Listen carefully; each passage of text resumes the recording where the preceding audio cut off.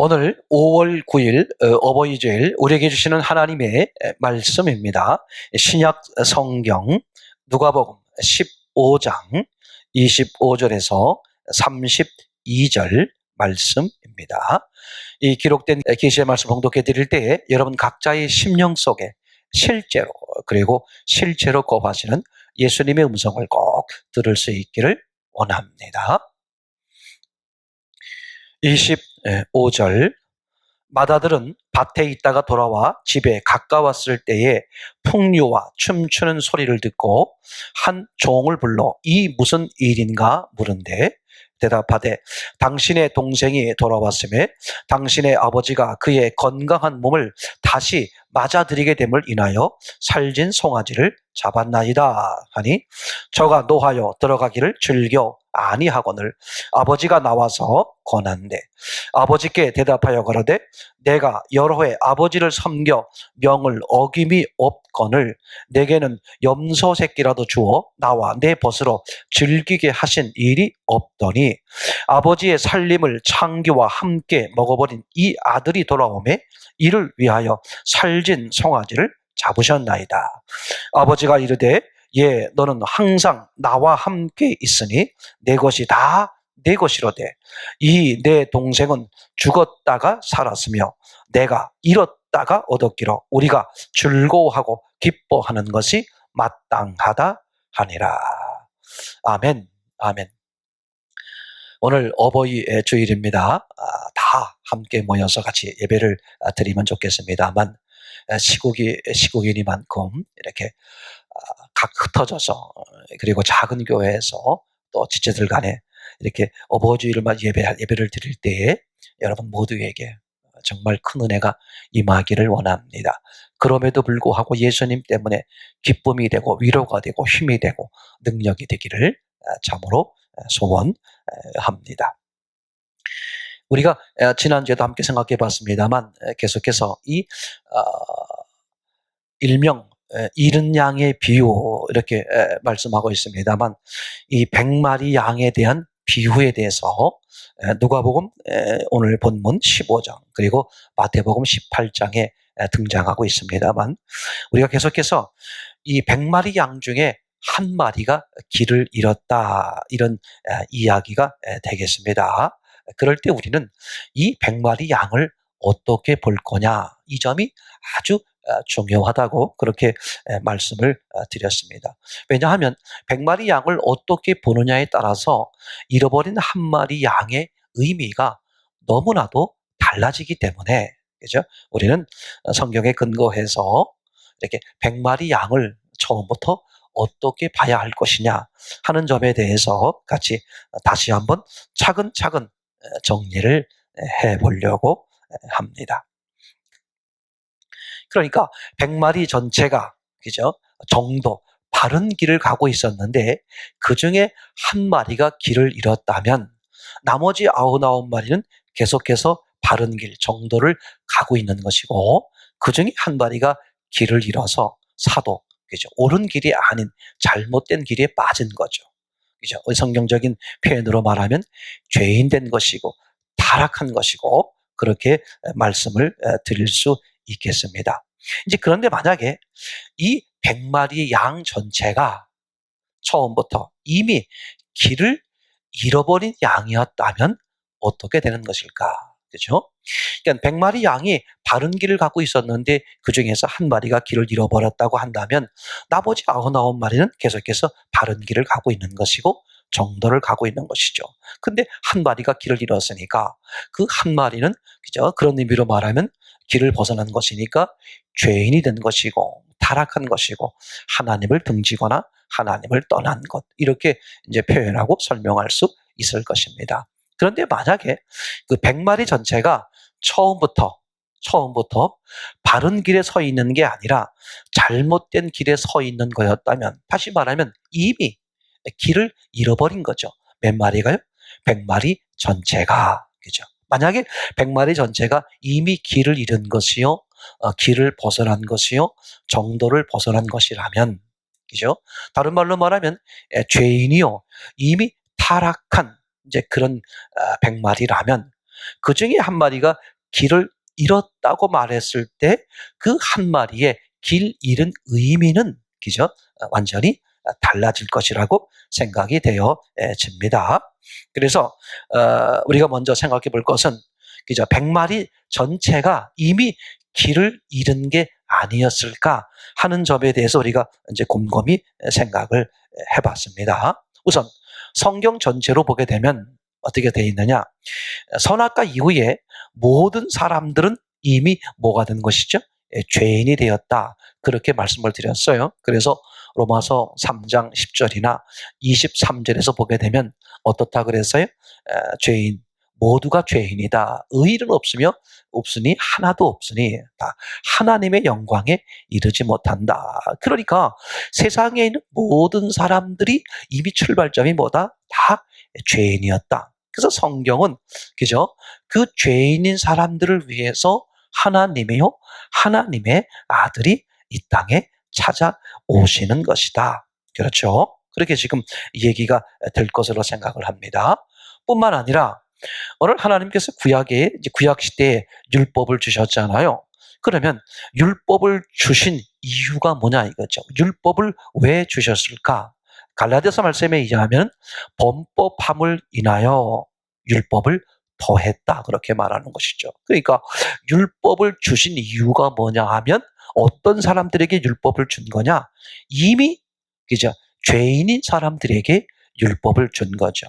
그러니까 의인인 사람에게 율법을 준 게 아니라 그리고 의인도 죄인도 아닌 백지 상태, 중간 상태에 있는 사람들에게 율법을 주신 게 아니라 오늘 성경은 뭐라고 말하고 있어요? 이미 죄인인 상태, 그죠?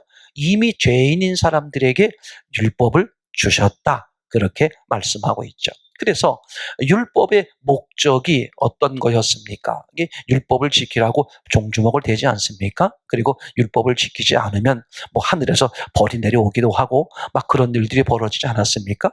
이제 그걸 통해서 하나님이 궁극적으로 율법을 통해서 말씀하시려고 하시는 의미가 뭐겠습니까? 하나님의 말씀대로 살아야 되는데 하나님의 말씀, 하나님의 뜻을 우리의 힘이나 우리의 노력, 즉 인간의 힘이나 인간의 노력으로 아무리 애쓰고 수고하고 한다고 할지라도 하나님의 말씀을 온전히 따를 수 없고 지킬 수 없다라는 사실을 알게 하는 거죠. 그러니까 첫째는 우리가 죄인인 것을 알게 하는 것이고, 그죠? 그러니까 왜 그랬습니까? 율법을 주신 목적이 범법함을 인하여, 즉 지은 죄, 이미 죄를 지었기 때문에 율법을 주신 것이라 그랬습니다. 그러니까 율법의 목적은 뭐냐? 우리가 죄인인 것을 알게 하기 위해서 우리의 어떤 노력과 어떤 수고로도 죄의 문제가 해결될 수 없다는 것이죠. 그러니까 우리가 첫째는 죄인인 것을 알게 하는 것이고 둘째로는 우리의 힘이나 우리의 노력이나 우리의 수고로 절대 그 죄의 문제를 해결할 수 없다는 것이죠. 그러니까 율법을 바르게 이해한 사람들은 바르게 받아들인 사람은 어떤 상태에 빠진다? 절망에 빠질 수밖에 없게 되겠죠. 그때 이 우리의 죄의 문제를 일거에 해결하시는 예수 그리스도가 등장을 하는 것이죠. 그래서 율법은 예수 그리스도께 인도하는 몽학 선생이다. 그렇게 말씀하고 있지 않습니까? 그러니까 하나님께서 율법을 주신 것은 어떤 사람들에게? 그죠? 죄인인 사람들에게. 그러면 의인도 있는데 그 중에서 죄인인 몇몇 사람들을 위해서 율법을 주신 것이냐? 아니죠. 율법은 모든 사람들에게 준 것이에요. 그럼 왜 모든 사람들에게 율법을 주었을까? 모든 사람들이 이미 범법, 죄인이기 때문에 성경은 그렇게 말씀하고 있죠. 더 나아가서 예수님이 이제 하나님의 아들이신 예수님이 이 땅에 태어나셨고 인간으로 오셨잖아요. 그리고 이제 십자가에 죽으시죠. 그러면 그 예수님, 하나님의 아들이신 예수님의 십자가에 죽으실 때 몇몇 사람들의 죄를 위해 죽은 것이냐? 아니면 온 인류, 과거의 사람이든 현재의 사람이든 미래의 사람이든 모든 사람들을 위해서 십자가에 죽은 것이냐? 그러니까 예수님의 대속이 어떤 부분적인 사람들을 위한 것이냐? 인류 전체를 위한 것이냐? 그죠? 근데 성경은 뭐라고 말하겠습니까? 모든 사람들이 죄를 범했다고 말하고 있고요. 하나님의 영광에 이르지 못한다고 말하고 있고요. 요한복음에서는 뭐라고 말하고 있습니까? 하나님이 세상을 이처럼 사랑하셨다. 어느 만큼 사랑하셨어요? 아들 예수님을 죽게 하기까지, 내어주시기까지 세상을 사랑하셨다라고 말할 때 그 세상은 누구겠습니까? 세상에 있는 모든 사람들을 말하는 것이지 일부분의 사람들을 말하는 것은 아니라는 것이 너무나 확정적인 것이죠. 그러니까 예수님의 십자가의 죽으심은 온 인류를 위한 것이지 어느 몇몇 사람들을 위해서 죽으신 것은 아니다. 그러면 왜 온 인류의 사람들을 위해서 그랬을까? 모든 사람들이 죄인이요, 죽은 자요, 하나님을 떠난 죄를 가지고 있기 때문에 확실하죠? 이제 더 나아가서 또 생각을 이제 해보면 좋겠습니다. 그러니까 예수님의 십자가는 과거의 사람, 예를 들면 아브라함 또는 이삭, 뭐 야곱 또는 모세 또는 다윗, 뭐 이런 사람들과는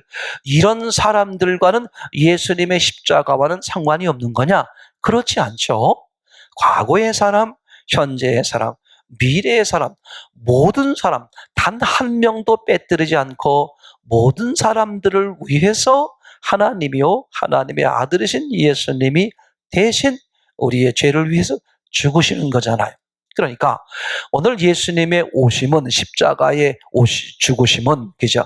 모든 사람들이 죄인이라는 전제하에 오늘 십자가 사건이 이제 벌어지는 것이죠. 그래서 인류 선악과 이후에 모든 사람들은 다 모였다? 다 죄인인 상태에 있었다. 하나님을 등진 죄를 가지고 있다. 이렇게 말씀을 드릴 수 있습니다. 이제 이 실제로 100마리 양 사건으로 보게 되면 누가복음 15장과 마태복음 18장에 기록되어 있다고 말씀을 드렸습니다. 누가복음 15장에 이 잃은 양의 비유를 시작하는 시작점이 뭐였냐 하면 오늘 세리와 죄인들이 예수님께 몰려 나오게 됐죠. 그래서 예수님과 함께 말씀을 나누고 음식을 먹기도 하고 그렇게 교제하는 장면을 누가 봤어요? 서기관과 바리새인들이 지켜봤어요.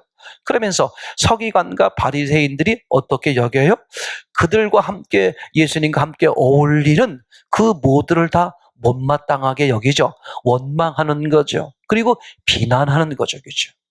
그러니까 원망하고 비난하고 있는 그 예수님의 모습에 대하고 예수님의 모습 때문에 원망하고 비난하고 있으니 그것을 보신 예수님께서 이제 잃은 양의 비유를 이제 들기 시작한 것 아니겠습니까?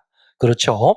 그러니까 그래서 100마리 양이 있었는데 그중에 한 마리를 잃어버렸다. 그리고 99마리와 한 마리가 서로 대칭돼서 이제 설명을 하는 거죠. 그러면 예수님은 그 배경에 이제 죄인과 세리들, 예수님과 함께 지내고 있는 죄인과 세리들과 그 모습을 보고 비난하고 있는 서기관과 바리새인을 염두에 두고 이 비유를 들었으니까, 그죠? 그 99마리 양이라는 것은 어떤 의미가 되겠어요? 바로 예수님을 비난하고 있는 서기관과 바리새인들을 의미하는 것이고, 그죠? 잃어버린 한 마리 양은 오늘 예수님을 찾아와서 예수님과 함께 있게 된 그 세리와 죄인들을 의미하는 거겠죠. 그러면 99마리 양은, 그죠? 왜 그 예수님이 하는 모습이, 그리고 세리와 죄인들을 못마땅하게 여겼을까? 저들은 죄인이라는 거예요. 하나님 말씀대로 살지 않았다는 것이죠. 그러면서 그들을 비난하는 거죠. 그러니까 그렇게 말씀대로 살지 않은 그들을 받아들인, 그죠? 랍비라고 여길 수 있고 선지자라고 여길 수 있는 그 예수님과 함께 이제 싸서 비난할 수밖에 없죠. 옳지 못한 모습을 하고 있다고 생각하니까. 그러면 자기들은 어떤 모습이라는 거예요? 우리는 말씀대로 살았으니까 우리는 의롭다. 그죠? 자신들은 의롭다. 근데 저들은 의롭지 못해. 의롭지 못한 저들을 맞이하는 저 예수는 뭐야? 저것도 잘못된 거네. 지금 이런 시각인 거잖아요. 그렇죠? 그러니까 예수님과 각을 세우고 있는 것이죠.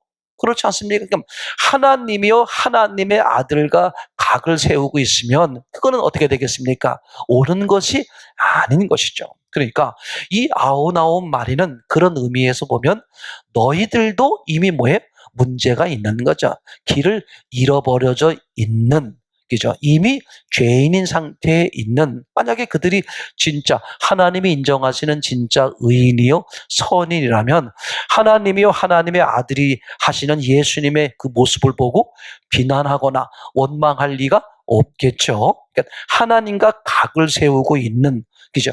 하나님의 아들과 각을 세우고 있는 그 모습이니까 사실은 아흔아홉 마리로 비교되는 이 서기관, 이 바리새인들도 이미 뭐예요?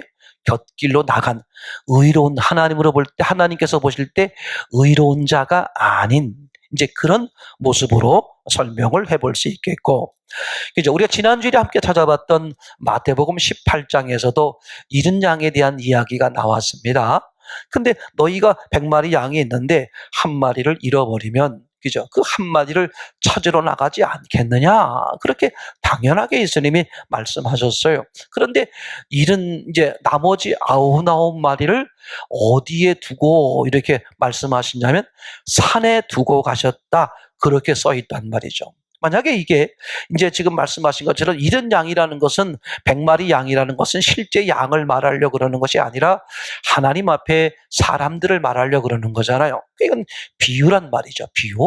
비유니까 비유는 얼마든지 거기에 맞게 꾸며서 설명할 수 있는 건데, 만약에 99마리가 문제가 없는 이제 양, 다시 말하면 길을 잃어버리지 않은, 정도를 걷고 있는 의인인 양, 바로 서 있는 양이라면 왜 99마리를 산에 두었다고 굳이 표현을 하고 있냐 그런 말이죠. 그러니까 이 성경의 배경상으로 볼 때 산이라는 것은 어떤 의미겠습니까? 왜 목자들이 이 양들을 지켜야만 되는 이유가 뭐겠습니까? 바로 들판이나 그런 산에 아주 음흉한 이 양들을 잡아먹는 그런 짐승들이 여기저기 널려져 있기 때문에 그들을 지키기 위해서라도 목자들이 낮이고 밤이고 양을 지키는 거잖아요. 그러면 당연히 이게 비우니까, 그죠? 99마리의 양이 문제가 없는 양이라면 뭐라고 표현할 수 있어요? 비우니까 우리에 두고, 그죠? 안전하게 우리에 두고 한 마리 양을 찾지 않겠느냐, 이렇게 말씀하셨다 그러면 이해가 되는데, 그죠? 뭐라 그랬다고요? 산에 두고 가셨다, 이렇게 써 있단 말이죠. 그러니까, 그죠? 이 100마리 양, 이런 양에 비유해서 이 100마리 양 전체는 그런 의미에서 볼 때 100마리 전체가 바른 길을 갖고 있었는데 그 중에 한 마리 양이 타락하거나 길을 잃어서 잘못된 길을 갔다는 그 의미보다는, 그죠?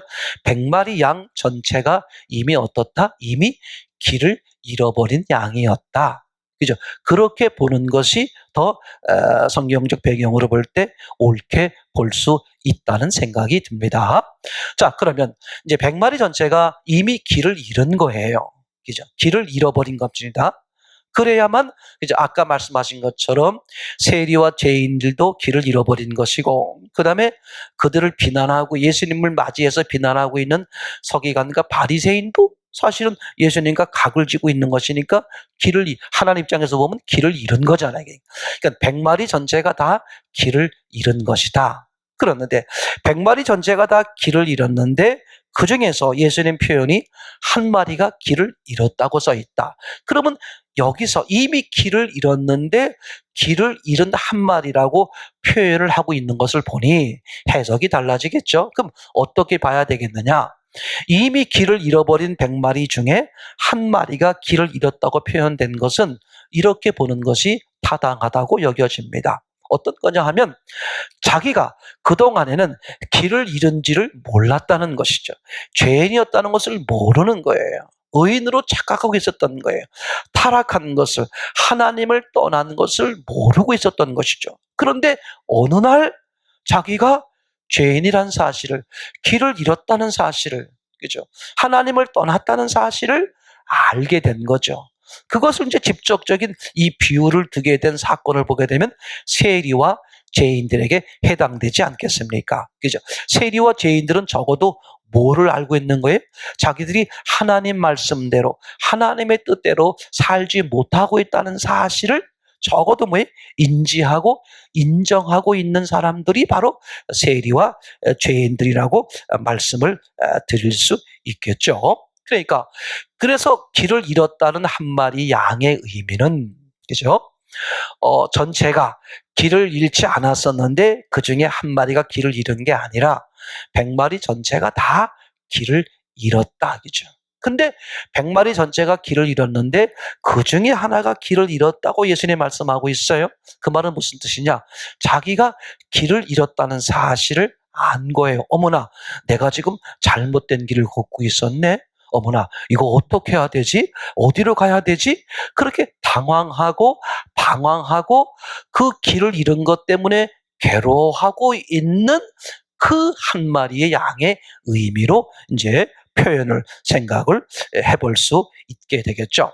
여러분, 구약에서도 보게 되면요, 죄사함 받을 수 있는 속죄 제사를 드릴 때 속죄 제사를 누가 드리게 되나요?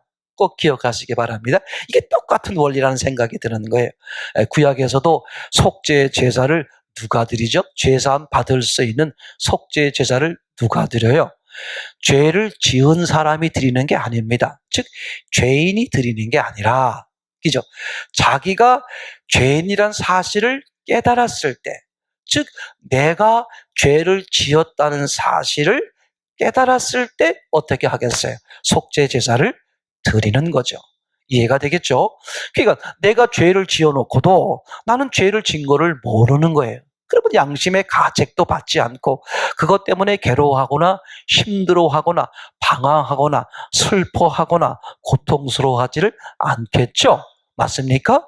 마치 그런 것처럼. 그런데 자기가 이미 죄의 길에 들어섰는데, 그죠? 정도에서 벗어났는데 이미 죄인인데 자기는 모르고 있는 거예요. 그죠? 그러니까 100마리 전체가 다 그런 거다. 그런데 그 중에 한 마리가 어머나, 내가 죄를 범했구나. 내가 길을 벗어났구나. 어머나, 내가 길을 잃었구나. 하면서 그것에 대해서 방황하고 고통스러워하고 괴로워하고 두려워하고 근심하고 걱정하는 이 상태, 그죠? 이 마음, 바로 이런 상태의 사람들이 예수님이 늘 가까이 하시던 죄인과 세리, 바로 그런 분들의 모습이 아니냐 생각을 해볼 수 있겠죠. 지난주도 이 말씀을 드렸습니다만 마태복음 9장 11절 이하에 보게 되면 이제 예수님이 그런 말씀들을 합니다. 왜 그런 말씀을 하게 됐냐 하면 이제 세리 마태죠. 세리 마태와 세리 친구들과 함께 예수님이 한 자리에 있게 됐어요. 음식도 함께 먹었겠죠. 말씀도 나누고 그랬겠죠. 근데 그런 모습을 누가 봤냐면 바리새인들이 봤어요. 그리고 바리새인들이 그 모습을 보면서 비난합니다. 왜? 저런 세리들, 하나님 말씀대로 살지 않는, 그러니까 그들이 봤을 때 죄인이죠. 하나님 말씀대로 살지 않는 저 세리와 함께 어울리는 예수님이 다 못마땅한 거였습니다. 근데 그 모습을 보신 예수님이 이제 얘기를 꺼내는데 이렇게 말합니다. 의사는 누구에게 필요하냐? 병든 자에게 필요로 하다. 건강한 자에게는 의사가 필요 없다. 그렇게 말씀하는 거죠. 그러면 그 건강한 자라는 것이, 그죠? 실제 건강한 것이냐? 실제 건강한 자가 아니라는 거예요. 만약에 예수님을 비난하는 바리새인들이 바른 말씀, 바른 길, 하나님의 뜻 가운데 있었다면 예수님이, 그죠? 세리와 함께 움직일 때 그 모습을 보고 어떻게 여겼어야 돼요? 하나님의 마음이고 하나님의 시각이니까 옳게 봐야 되는 거겠죠. 옳게 봐야 될 일인데 바리새인들은 지금 그렇게 하고 있는 모습을 이제 비난했단 말이죠. 흉봤단 말이죠. 제 말 이해되겠죠? 그러면 적어도 거기 있는 바리새인들은 죄인 그리고 예수님과 함께 그 모습을 못마땅하게 여겼으니까 예수님과, 그죠? 하나님이신 예수님과 같은 뜻을 가지고 있는 게 아니죠. 그러니까 하나님의 관점이요 예수님의 관점에서 보면 어떻게 되겠습니까? 이미 길에서 벗어나 있기는 마찬가지인 것이죠. 이제 그래서 예수님이 말씀하실 때 의사는 병든 자에게 필요하고 건강한 자에겐 필요 없다라고 말할 때 그 건강한 자라는 것이 실제로 건강하기 때문에 의사가 필요 없는 그런 사람이 아니라, 그죠? 건강하지 않은데 병들었는데 자신은 건강하다고 여기는 것이죠. 죄인인데 자신은 의인이라고 여기는 거예요. 그래서 자신이 봤을 때 죄인인 저런 세리들하고 함께 어울리는 예수님이 못마땅한 거죠. 왜? 자기는 의인이라고 여기고 있는 것이니까. 그러니까 병으로 말하면 자기는 병든 자인데 건강한 자라고 착각을 하고 있는 것이다. 그래서 예수님은 의사는, 그죠? 병든 자에게 필요로 하고 건강한 자에겐 필요가 없다. 그렇게 말씀드렸고, 그 건강한 자란 게 실제 건강한 자가 아니라 병든 자, 똑같은 병든 자인데 자기는 건강하다고 착각하고 있는 자들이다. 즉, 자신은 죄인인데 의인이라고 착각하고 있는 자들이다. 그런데 이게 병의 문제가 실제 육체의 문제라면 지난주 말씀을 드린 것처럼 강제로라도 붙들어다가 마취를 시켜서 수술을 하거나 치료를 하면 그 사람이 건강하게 여기던 사람도 진짜 건강해질 수가 있겠죠. 근데 이게 어디의 문제다? 마음의 문제요, 심령의 문제요. 마음의 문제요, 심령의 문제는 인격적 문제이기 때문에 자신이 병들었다는 사실을 알아야만 이게 고침이, 회복이 될 수 있는 길이 열리는 것이죠. 그런데 자신은 이미 죽은 자요, 죄인이요, 하나님에 떨어져 있는 자임에도 불구하고 나는 하나님과 제대로 돼 있어, 의인이야, 나는 거듭난 자야, 난 산 자야, 그렇게 착각하고 있는 한 그 사람이 돌이킬 수 있는 기회는 현재는 없는 거잖아요. 그러니까 병든 자인데 의인이라고 착각하고 있는 것이죠. 그러니 의사이신 예수님이, 영혼의 의사이신 예수님이 아무리 와도 소용이 없잖아요. 그렇죠. 그러니까 예수님은 지금 그 얘기하면서 그래도 오해할까 봐 뒤에다가 무슨 얘기를 붙여놨냐 하면 이런 얘기를 붙여놨어요. 예수님의 오심은 왜 오셨다? 그죠? 바로 죄인을 구원하러 왔다. 의인을 구원하러 온 것이 아니라 죄인을 구원하러 왔다. 이렇게 말씀하고 있는 것이죠. 그러면 예수님이, 하나님이신 예수님이 이 땅에 오실 때 의인이 어디 있어요? 모든 사람들이 죄인이죠. 근데 왜 의인이라고 표현했어요?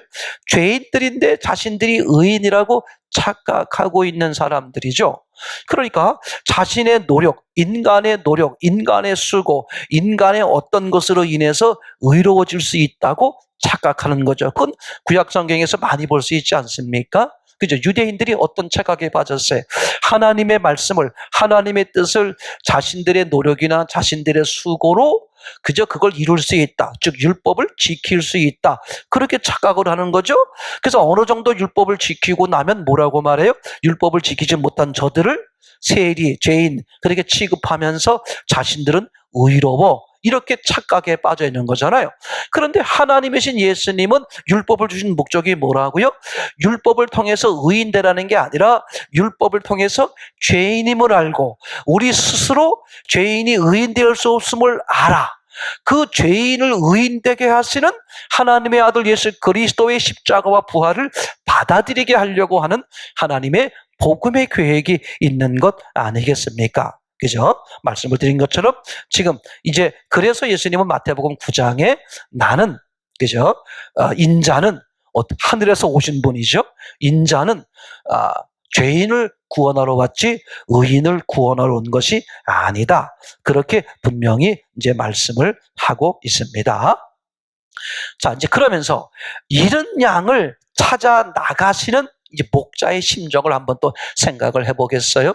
마태복음에서 뭐라고 말했냐 하면 예수님께서 이제 제자들을 향해서 그죠? 100마리 양이 있는데 한 마리를 잃어버렸다. 근데 한 마리 잃은 양을 찾으러 나가는데, 그죠? 너희도 찾아 나가지 않겠느냐? 무슨 뜻이에요?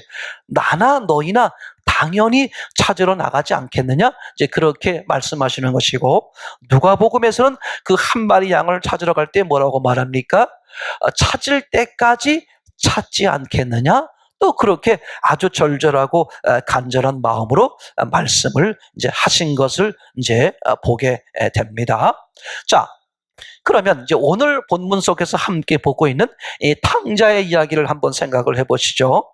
탕자를 기다리시는 아버지의 마음 얼마나 절절하겠어요. 우리 지난 시간 이렇게 말씀을 나눴습니다만, 탕자는요, 아버지의 재산을 챙겨 들고요, 탕자는 집을 나가는 순간 누구를 잊어버려요? 아버지를 잃어버렸습니다. 아버지를 생각지 않는 거예요. 왜? 이제 재산을 챙겨서 집을 나가는 순간 이제 아버지는 빠이빠이, 아버지는 잊어버린 거야. 그저 자기의 삶에 빠져가지고 아버지는 생각도 하지 않고 그렇게 사는 모습이죠. 그런데 반대로 아버지의 마음은 어떠냐? 자식이 집을 나가는 순간, 즉 아버지를 잊어버린 순간, 아버지는 그 자식, 집을 나간 자식을 한 번도 잊지 않고 절절히 기다리신다는 것이죠. 그렇죠?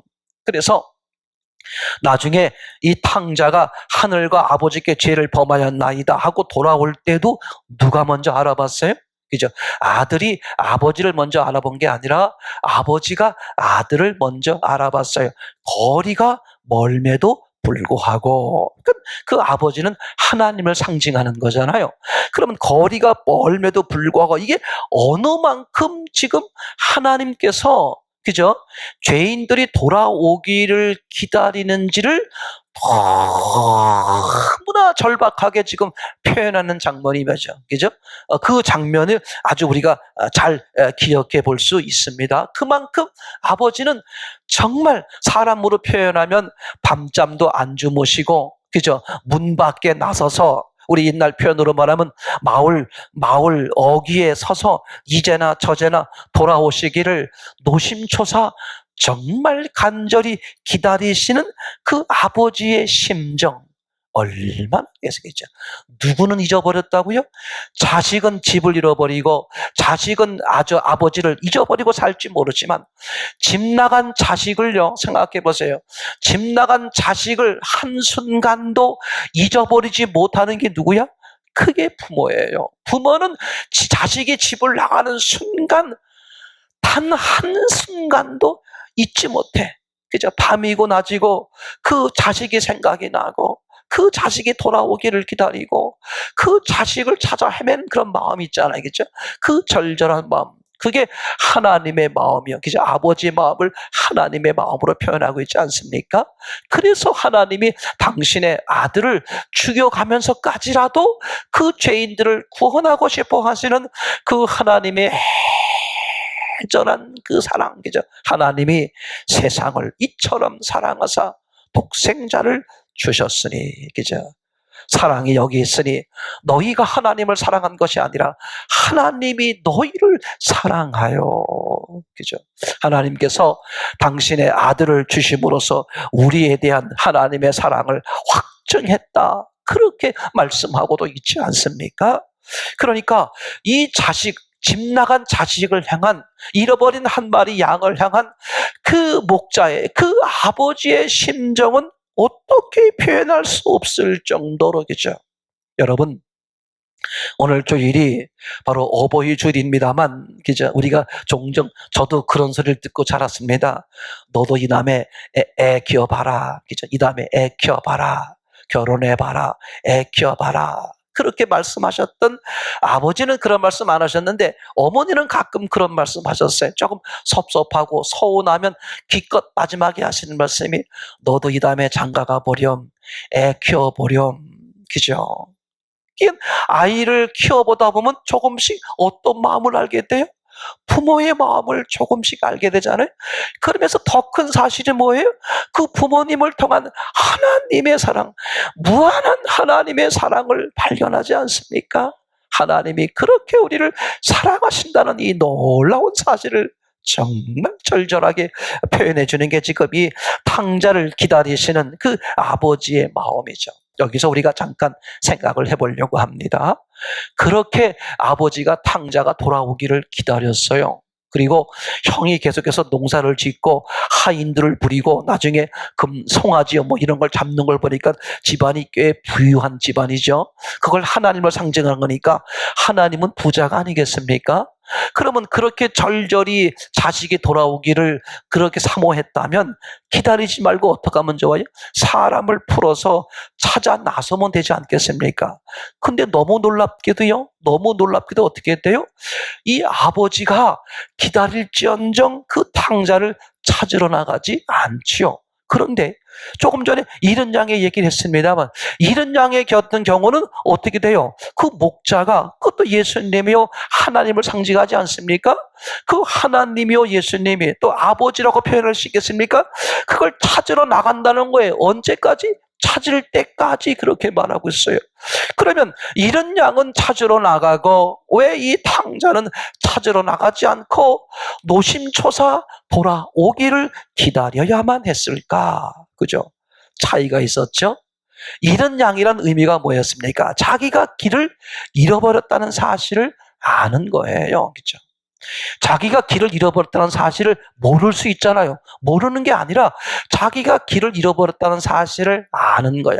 그렇죠. 양은요, 길을 잃어버리면 양은 당연히 목자를 찾아요. 양 무리를 찾지 않겠습니까? 자기 혼자는 살지 못하기 때문에 목자를 찾고 양 무리를 찾아서 산이고 들로 헤매지 않겠어요? 그러니 목자가 빨리 찾아 나갈 수밖에 없게 되겠죠. 그런데 여기서 이 탕자 같은 경우는요, 자기가 길을 잃어버렸다는 걸 모르는 거예요.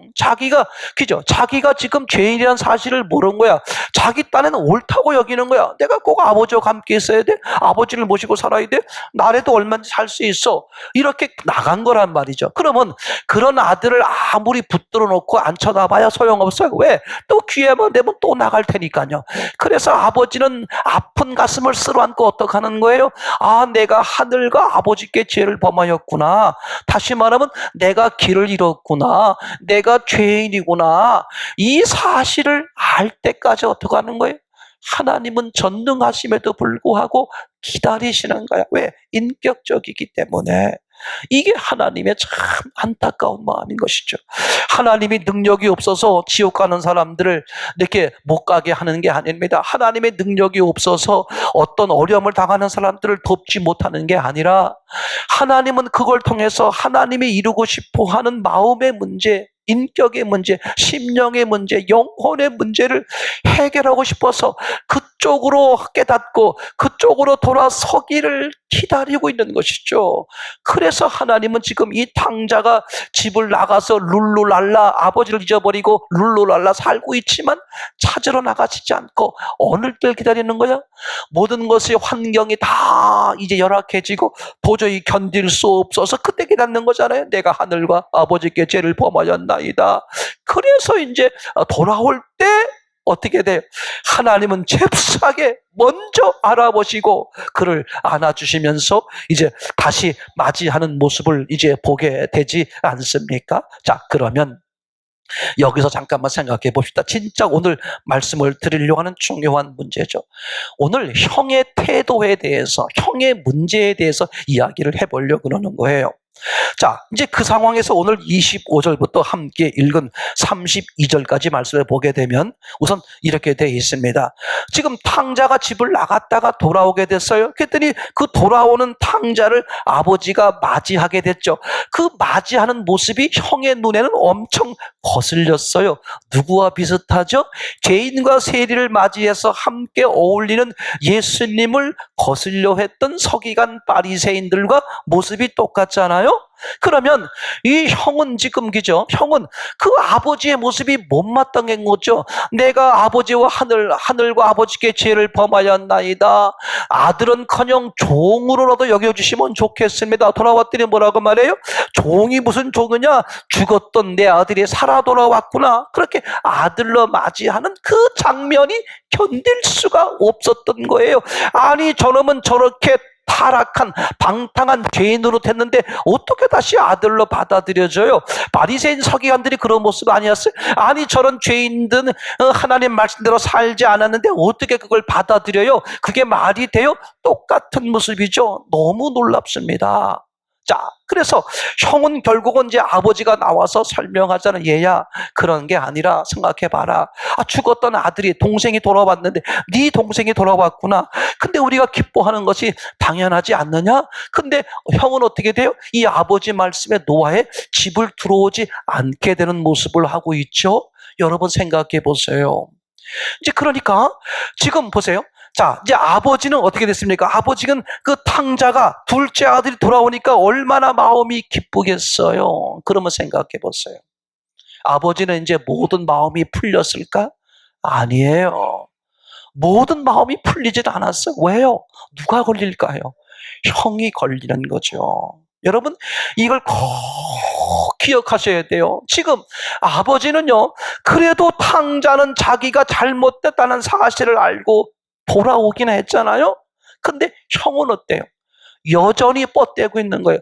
아니 내가 무슨 죄인이란 말이야. 나는 의인이야. 나는 아무 문제가 없어. 내가 아무 문제가 없는데 회개할 게 어디 있어? 지금 그게 형의 모습이고 그게 서기관과 바리새인들의 모습 아니겠습니까? 그죠? 오늘날 교회 밖에 살고 있는 모든 사람들의 모습이 아니겠습니까? 우리가 무슨 죄인이란 말이야. 그죠? 우리가 무슨 죄인이란 말이야. 그죠? 우리가 무슨 죄인이란 말이야. 그죠?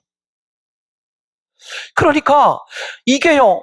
그러니까 하나님이 하시는 일이요, 예수님이 하시는 일이요, 목자가 하는 일이요, 그 다음에 아버지가 하시는 이 모습을 이해할 수가 없는 거예요.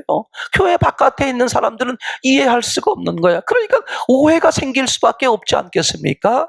여러분 생각해 보세요. 자, 그러면 한번 아버지의 마음을 생각해 보십시다. 아버지는 이런 거예요. 지금 탕자가 길을 나갔어요. 집을 나가버렸어요. 그리고 집과 아버지를 잃어버리고 자기 멋대로 살지 않습니까? 그때 아버지는 절절한 마음으로 밤잠도 주무시지 못하고 절절한 마음으로 지금 뭐 하고 있어요?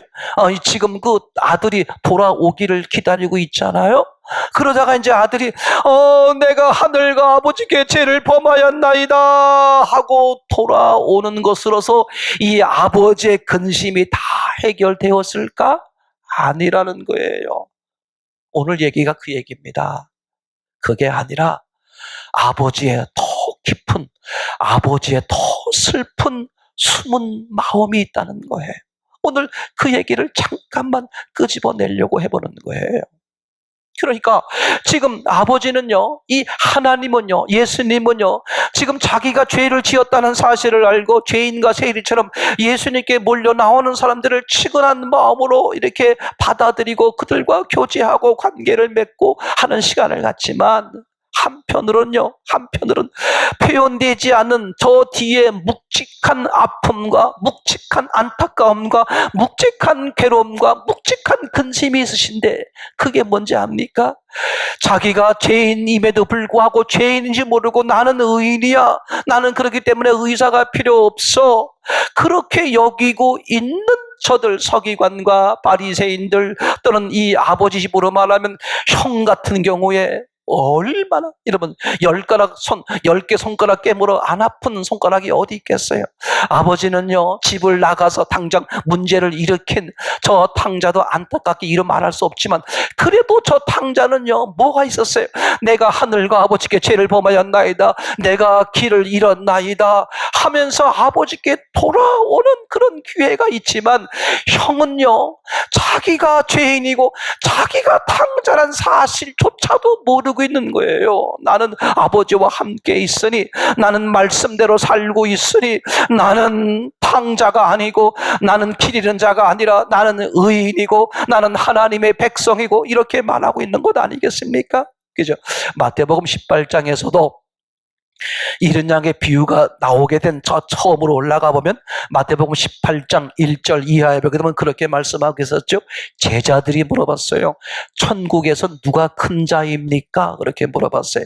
그 앞에 보게 되면요 별 얘기가 다 나옵니다. 그죠? 앞에 보게 되면 이 제자들 간에 이제 막 문제 얘기가 나오기도 하고요. 그죠? 내가 천국 백성인지 아닌지 그 하나님 말씀 앞에 예수님의 뜻을 바로 바로 아는 것인지 아닌지 그런 막 잘못된 모습들이 막 나오고 있다가 이제 무슨 얘기가 나왔어요? 천국에선 누가 큽니까? 그렇게 말하죠. 예수님이 어린아이를 앞에 세우면서 이렇게 말했어요. 너희가 돌이켜. 가장 소극적으로 말하면 누구한테 말하는 거예요? 제자들이에요. 너희가 돌이켜 어린아이와 같이 되지 않으면 결단코 천국에 못 들어간다. 이 어린아이처럼 자기를 낮추는 자가 천국에 들어간다. 직접적으로 누구에게 하신 말씀이? 제자들에게 하는 말이라는 것이죠. 여러분, 이게 얼마나 중요한 말인지 몰라요. 여러분, 교회 밖에서 보면요, 교회를 얼마나 욕하는지 몰라요. 물론 교회를 오해해서 잘못된 비난을 받는 것도 많이 있습니다만, 왜 교회가 그렇게 비난받고 하는데 일조한 것이 뭐냐 하면, 교인이라고 하면서 예수 믿는다고 하면서 아주 엉터리의 삶, 잘못된 삶, 더러운 삶을 살아왔던 거예요. 그러니까 사람들이 뭐라고 말해? 아우, 저거 교회 이젠 저 필요 없는 존재야. 아우, 저건 가짜야. 그런 비난의 소리를 들어 마땅할 정도로 교인들이 어떻게 돼 있어요? 타락되어 있는 모습. 그런 더 놀라운 사실이 뭐라고요?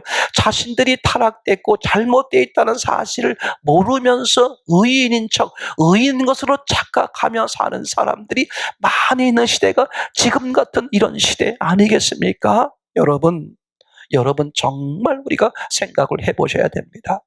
오늘 예수님의 안타까움, 하나님의 안타까운 숨은 마음, 그저 숨은 마음이 뭐냐? 지금 그저 길을 잃어가지고 헤매고 있는 저 사람을, 저 한 영혼을 찾으러 가시는 그 목자, 그 예수님, 그 아버지의 심정, 저 영혼이 돌아오기를 기다리는 아버지의 심정, 그 소복, 그것보다 더 애절한, 미처 마치 뭐라 그럴까요? 미처 표현하지 못한 저 마음에 웅크리고 있는 아픔이라 그럴까요? 죄인임에도 불구하고 나는 의인이야.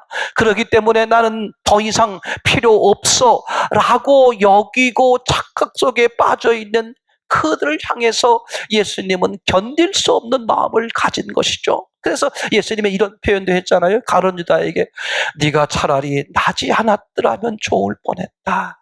못 알아들으니까, 그죠? 네가 차라리 나지 않았더라면 더 좋을 뻔했다.